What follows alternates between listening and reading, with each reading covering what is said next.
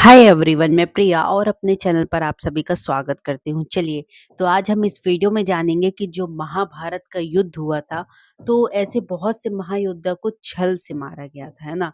अगर छल से नहीं मारते, तो कभी पांडव जीत भी नहीं पाते हैं। चलिए, तो क्या आप जानते हैं कि वो कौन से युद्ध है? और अगर नहीं, तो चलिए मैं आपको बताती हूँ। तो चलिए, आपको इस वीडियो में स्टार्टिंग से लेकर एंडिंग तक बने रहना है। बिल्कुल भी वीडियो स्किप नहीं करना है, नहीं तो आपको समझ में नहीं आएगा और आपको आनंद भी नहीं आएगा वीडियो का। चलिए, तो जय श्री कृष्ण। देखिए, महाभारत युद्ध को धर्म युद्ध कहा जाता है। आपने भी अगर महाभारत देखी होगी तो आपको भी काफी हद से ज्यादा पता होगा कि उनको धर्म युद्ध क्यों कहा जाता है।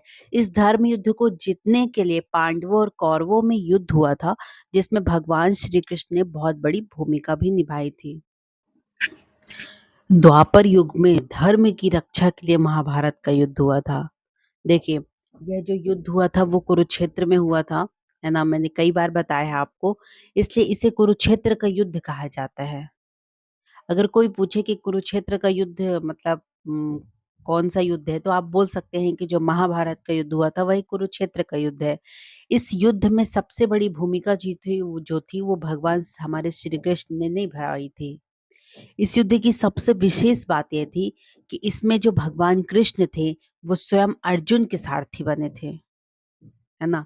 यह युद्ध जो था वो कुल 18 दिनों तक चला था और इस युद्ध में कई चीज़ें ऐसी थी जिसे विस्तार से पढ़ने की आवश्यकता है। तो मैं आपको इसमें ये बताऊँगी कि महाभारत युद्ध में किस महायोद्धा की छल से मृत्यु की गई थी।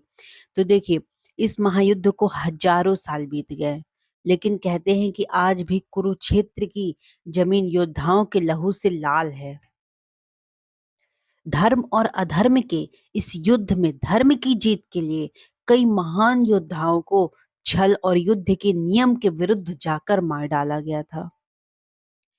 क्योंकि युद्ध का केवल एक ही नियम जीत होता है, इसके लिए सारे नियम भुला दिए जाते हैं। चलिए, तो सबसे पहले योद्धाओं में श्रेष्ठ भीष्म छल से मारे गए, है ना? आप जानते हैं बहुत बेहतर तरीके से। तो जो हमारे भीष्म पितामह थे उनको छल से मारा गया था, क्योंकि अगर वो छल का प्रयोग नहीं करते तो वो नहीं मारे जाते, क्योंकि वो बहुत सर्वश्रेष्ठ योद्धा थे, है ना? महाभारत के महायुद्ध में सबसे बुजुर्ग और सभी योद्धाओं में श्रेष्ठ भीष्म थे।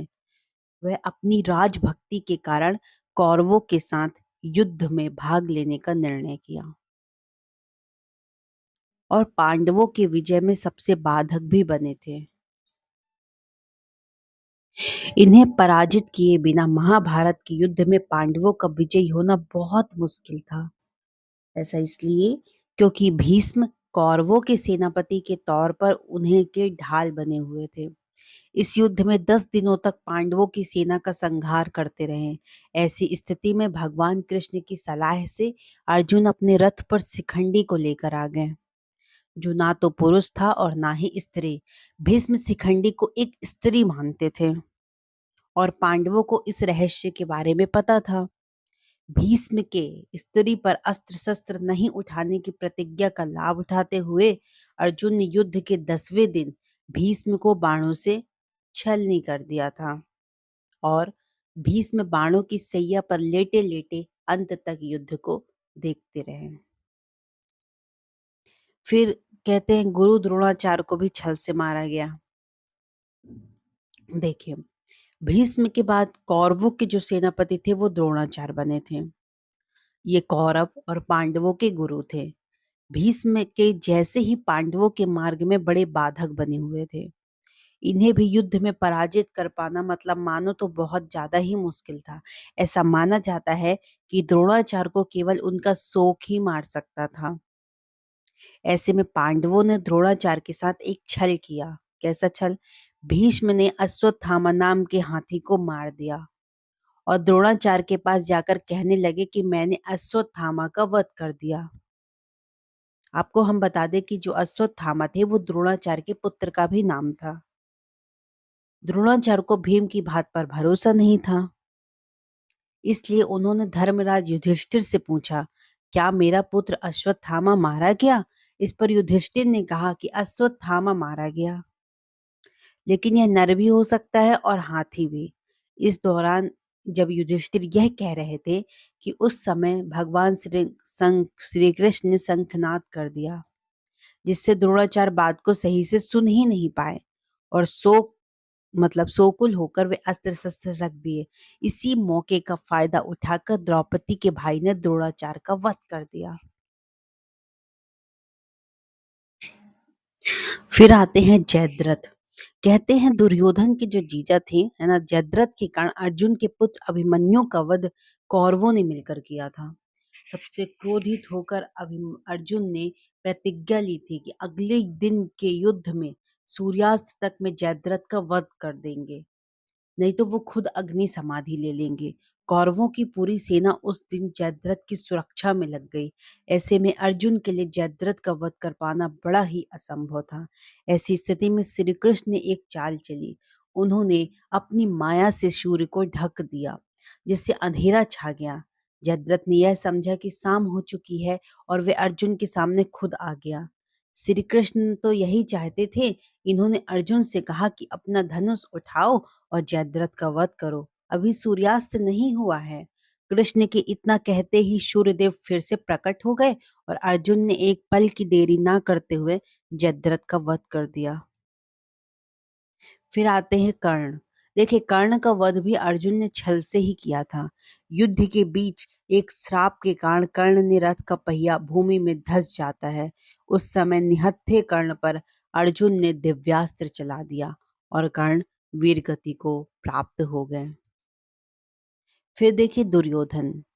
महाभारत के युद्ध का जो अंतिम महायोद्धा था, जिसका वध छल पूर्वक किया गया, कैसे? वह है दुर्योधन, जिसे महाभारत का खलनायक भी माना जाता है। कहते हैं दुर्योधन और भीम के बीच गदा युद्ध हुआ था। इस युद्ध में गदा का प्रहार कमर से ऊपर करने का नियम था, लेकिन भीम ने कृष्ण के संकेत पर दुर्योधन के कमर पर वार करना शुरू कर दिया, क्योंकि दुर्योधन के शरीर का जो ऊपरी भाग था वह गांधारी ने वज्र का बना दिया था। इस तरह छल पूर्वक दुर्योधन का भी अंत कर दिया गया। चलिए, तो मैंने बताया कि महाभारत का जो युद्ध हुआ था उसमें कैसे महायोद्धाओं को छल से मारा गया था। तो सबसे पहले भीष्म पितामह थे, फिर द्रोणाचार्य थे, फिर जयद्रथ और कर्ण और दुर्योधन। देखिए, ये बहुत ही शक्तिशाली योद्धाए थे, लेकिन अगर इनको छल से नहीं मारा जाता तो हमारे पांडव जो थे वो युद्ध नहीं जीत पाते। चलिए, तो आई होप आपको वीडियो बहुत पसंद आया होगा और मैंने आपको बताया कि कैसे मतलब महाभारत में ज़्यादा महायोद्धाओं को कैसे छल से मारा गया था। तो चलिए, ज़्यादा से ज़्यादा इस वीडियो को शेयर करें और हमारे चैनल को सब्सक्राइब भी करें। जो महाभारत में बहुत देखते हैं, उन्हें सब सारी चीज़ें पता रहनी चाहिए, क्योंकि जो द्वापर युग में धर्म की रक्षा के लिए ये युद्ध हुआ था, हमारे कुरुक्षेत्र का युद्ध भी हम इसे कहते हैं और महाभारत युद्ध भी कहते हैं।